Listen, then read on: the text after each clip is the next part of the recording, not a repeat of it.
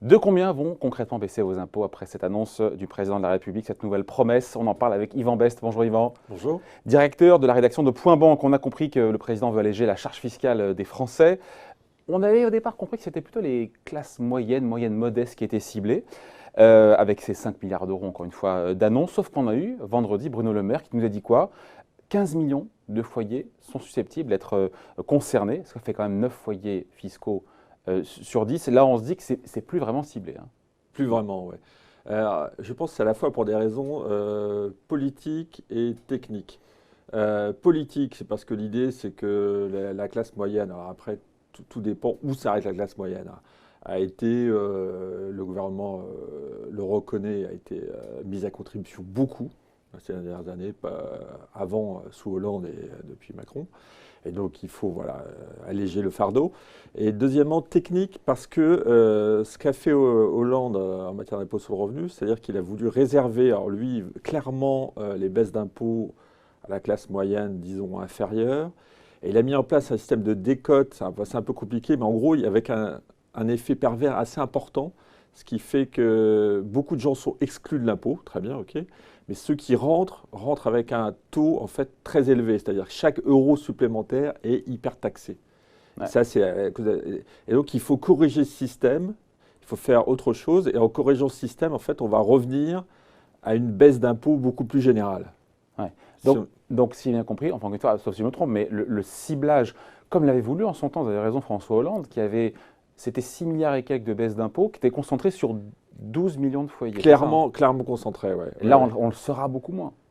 D'ailleurs, quand on voit le ministre de l'économie, encore une fois, Bruno Le Maire, qui dit vouloir aussi un abaissement de la troisième tranche d'impôt sur le revenu, donc celle qui est à 30% pour les revenus en gros entre 30 000 et 70 000 euros, on se dit que les plus aisés aussi sont visés.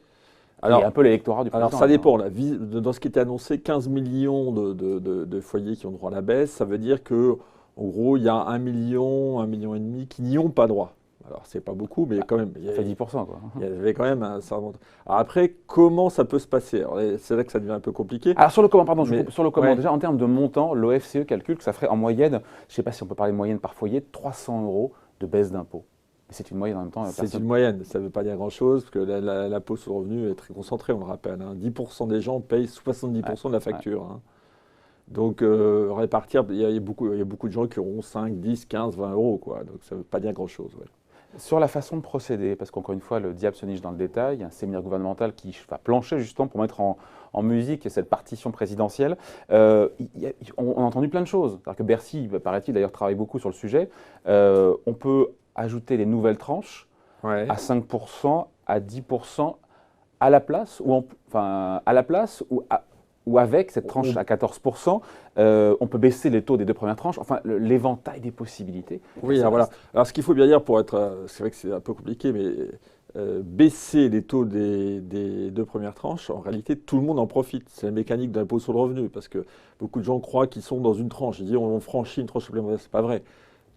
Toute personne qui paye l'impôt sur le revenu, son revenu est taxé au fur et à mesure selon les tranches. Alors au fur et à mesure qu'il monte, mais si on baisse la tranche à 14, par exemple, et à 30 pour quelqu'un qui est très très riche, il va en bénéficier. Alors évidemment, ça ne représentera pas grand-chose pour lui, mais il y aura droit. C'est-à-dire cette part de son revenu sera aussi moins taxée comme les autres. Donc si on baisse les taux des tranches premières ou au milieu, tout le monde en profite. On cible plus. Ça c'est la mécanique de l'impôt sur le revenu. Absolument, on cible plus. Alors, comment on fait pour éviter qu'il y ait à peu près 1 million de contribuables qui n'aient pas droit à l'impôt sur le revenu? Et là, ça se complique encore plus. Alors, on peut jouer sur on peut relever le taux de la tranche supérieure. Ce qui n'a pas été évoqué par le président. Voilà, mais on ne sait pas. Après, on peut jouer sur à quel moment on est dans la tranche supérieure. On pourrait rentrer plus tôt.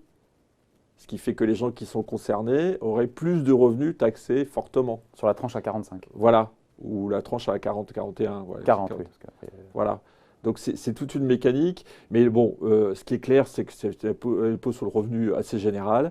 Et ce qui est clair aussi, c'est que comme disait dans Astérix, en Gaule, tout finit par des chansons. Et bon, on peut dire qu'en France, pour tous les gouvernements, mais depuis, je dirais, 25-30 ans, tout finit par une baisse de l'impôt sur le revenu.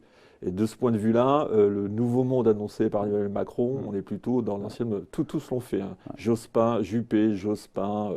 Seul Sarkozy l'a pas fait. Pourquoi? Parce que c'était en pleine crise, donc il fallait trouver des recettes et on n'est pas dans la baisse d'impôts. Et puis il y avait d'autres promesses fiscales, je me rappelle, en tout début de mandat. Qui l'a fait. Mais c'est vraiment un classique, ça, du gouvernement face au mécontentement qui est constant, effectivement, en France. Mais en tout cas, sur les modalités, rien n'est tranché. Et encore une fois, si le gouvernement veut cibler au mieux les classes moyennes supérieures, il ne faudra pas baisser le taux des premières tranches, il faudra éventuellement en créer une nouvelle, quitte à supprimer la première, créer une nouvelle. plus basse. Le message à retenir, c'est que si on baisse simplement les taux des 2 premières tranches en disant on baisse que pour ces gens-là, c'est pas vrai. Parce que tout le monde est concerné par capillarité. Par les 2 premières tranches. Parce que pour tout le monde, le revenu est d'abord imposé à 14, après à 30, etc. Ça, c'est le cas de tout le monde. Évidemment, c'est marginal. Pour quelqu'un qui gagne 500 000 euros, il va gagner quelques centaines. Mais il aura une baisse. Et donc, si on veut éviter ça, il faut jouer sur la mécanique, le niveau des entrées, ou relever la tranche effectivement à 40% ou à 45%, ça peut être comme ça. On se dit quoi? On parlera un mot évidemment du financement. 5 milliards d'euros pour 15 millions, encore une fois, de foyers fiscaux. Ça sera quand même assez dilué au final, non? Oui, mais c'est quand même pas rien. 5 milliards, l'impôt sur le revenu rapporte à peu près 70. 5 milliards, c'est pas neutre. D'un coup, par rapport à ce qu'a fait Hollande. Hollande a fait à peu près la même chose, mais en plusieurs fois. Non, on ne peut pas dire que ce soit totalement négligeable. Vous ne pouvez pas aller au-delà. C'est-à-dire qu'on sent que c'est calibré. C'est-à-dire qu'il avait fait 2 milliards, on a dit bon, bof. 10 milliards, c'était pas possible parce que voilà, là, on creuse le trou, le déficit, etc. Donc voilà, allez, hop, on l'a joué à 5. Ouais. Mais de manière étalée, on est sûr que tout sera mis en œuvre en 2020, dans le cadre de la loi de finances, évidemment, qui sera discutée en septembre à l'Assemblée nationale. Oui, j'imagine, parce que là… ça sera déceptif. Oui, voilà, beaucoup de choses sont déjà étalées, etc. La taxe d'habitation, on sait que pour les 20% de foyers les plus aisés, ce sera 2021, 2022. Enfin voilà, donc… Bon, pour les plus rigoristes, on finit là-dessus de l'orthodoxie financière. On se pose la question du financement des mesures, comme à chaque fois, 5 milliards d'euros. Comment tout ça est financé? On a entendu la suppression des niches fiscales pour les entreprises. Le MEDEF, évidemment, crie au scandale. La réduction de la dépense publique, on attend de voir. Le travail d'avantage, mais supposer qu'effectivement, il y a un allongement des durées de cotisation, ça ne sera pas avant 2025. Donc, ce n'est pas tout de suite qu'on financera cette mesure. Voilà. Concrètement, on peut trouver 5 milliards d'euros en supprimant des niches fiscales pour les entreprises? Parce que ce matin, Gérald Darmanin nous dit quelques centaines de millions d'euros. Exactement, je vais vous dire. Donc on se dit que le compte n'y est pas là. On le compte n'y est pas et il était dans la vérité parce qu'en fait, il faut dire cette histoire de niche fiscale des entreprises, le gouvernement a déjà tenté en printemps 2018, il annonçait plusieurs milliards d'euros d'économies sur les niches fiscales des entreprises. Et on n'a vu rien. En fait, il y a une seule a été remise en cause, c'est la détaxation du gazole, vous savez, pour tout ce qui est très haut public, etc. Et cette remise en cause a été annulée avec la crise des gilets jaunes, etc. Ouais. Puisque toutes les taxes… Qui a rapporté quasiment 1 milliard. Hein, 1 milliard quand même, oui, exactement, vous avez de bonne mémoire. Donc, Exit, c'était la seule qui avait été trouvée. Alors, quelques centaines de millions, effectivement, ça se trouve, mais ça ne sera pas à la hauteur des 5 milliards. Mais une fois de plus, le gouvernement compte sur la croissance qui va se poursuivre, etc., petit à petit, en serrant miser sur la retour de la croissance, c'est aussi un grand classique. C'est un classique. Mais il y a plus que 5 milliards, on finit là-dessus, Yvan, il y a plus que 5 milliards à financer quand même l'année prochaine. Il y a la réindexation partielle, enfin pour les pensions inférieures à 2 000 euros, 1,4 milliard, plus les autres annonces. Alors, réindexation, ça c'est… je trouve ça c'est extraordinaire ce débat parce que normalement, les retraites sont toujours indexées. Oui, c'était l'exception, on revient à la normale en fait. On revient juste à la normale. Donc c'est normal que ça soit financé, quoi. Là, on est un peu dans une certaine hypocrisie, on va dire. Bon, le diable se niche dans le détail. On verra ce que ce séminaire gouvernemental nous permet d'en… Parce qu'évidemment, encore une fois, là, il y a cette annonce 5 milliards, mais voilà, encore une fois, là, les modalités sont importantes.